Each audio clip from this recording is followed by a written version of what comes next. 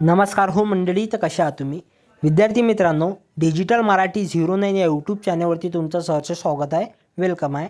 आज आपण या व्हिडिओमध्ये जे पुणे येथे ही वॅकन्सी आलेली आहे तिच्याबद्दल परिपूर्ण माहिती मी तुम्हाला या एकाच व्हिडिओमध्ये देणार आहोत।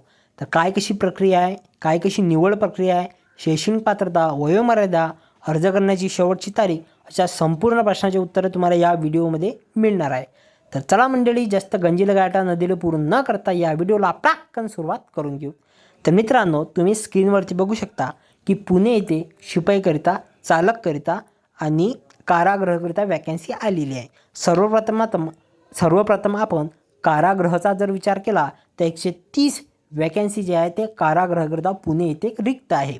यामध्ये तुमची 12वी पास असणे हे शैक्षणिक पात्रता आहे। तुम्हाला 18 ते 28 वर्ष हे याच्यात वयोमर्यादा आहे आणि मागास वर्गाकरिता 18 ते 33 ही वयोमर्यादा आहे। त्याच्यानंतर अर्जाचा DDचा विचार केला शुल्क तर खुल्या प्रवर्गाकरिता 450 रुपये आहे आणि SC ST करिता 350 रुपये हा DD ठेवण्यात आलेला आहे पोलीस भरतीचा। त्याच्या व्यतिरिक्त अर्ज करण्याची शेवटची तारीख हे 30 नोव्हेंबर आहे, लक्षात असू द्या। जास्त वेळ थांबू नका, कारण साईट कधीही दगा देऊ शकते।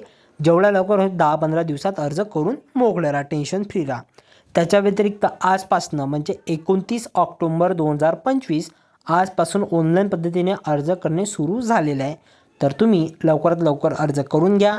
साईट कधीही बिझी होऊ शकते, स्लो चालू शकते, कारण तुम्ही माहिती आहे आपला साईटचा इश्यू कसा राहते तो। त्याच्या व्यतिरिक्त जर वॅकन्सीचा विचार केला तर पोलीस शिपाईकरिता जे आहे 1733 वॅकन्सी आहे पुणे येथे, चालककरिता 105 वॅकन्सी आहे पुणे येथे आणि कारागृहकरिता 130 वॅकन्सी आहे पुणे येथे। त्या व्यतिरिक्त पूर्ण कास्टनुरूप जे आहे ते वॅकन्सी डिवाईड झालेली आहे। फॉर एक्झाम्पल, तुम्ही स्क्रीनवरती बघू शकता पोलीस शिपाईकरिता 1733 वॅकन्सी आहे। त्याच्या पहिला आहे जो अनुसूचित जाती म्हणजे SC यांच्याकरिता 176 वॅकन्सी रिक्त आहे। त्यामध्ये 52 हे सर्वसाधारण आहे, माजी सैनिककरिता 53, खेळाडूकरिता, अपंग, अंशकालीन, भूकंपग्रस्त अशी ते पूर्ण डिवाईड झालेली राहते। म्हणजे सर्वसाधारण जे आहे तुम्ही आम्ही लोक आपल्याकरिता फक्त आणि फक्त 153 की 133 जे आहे ते वॅकन्सी आहे आणि बाकी जे आहे ते राखीव आहे या कास्टकरिता, या उमेदवाराकरिता। ओके, तर अशा प्रकारची जी आहे चालक, कारागृह आणि शिपाईकरिता वॅकन्सी डिवाईड असते आणि काही राखीव पण असते। त्याच्यात मग आले माजी सैनिक आहे, भूकंपग्रस्त, अर्थग्रस्त, अंशकालीन, का पोलीस पाल्यांचं, हे सर्व त्यामध्ये डिवाईड होत राहतं। तर अशा प्रकारची जी आहे महाराष्ट्रामध्ये पोलीस भरती 2025ला सुरुवात झालेली आहे।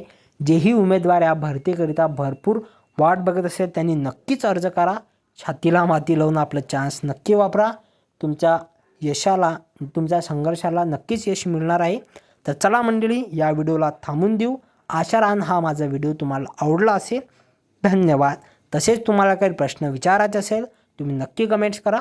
धन्यवाद, थँक्यू हा व्हिडिओ बघितल्याबद्दल। काही शंका असेल तर नक्की कमेंट करा। धन्यवाद।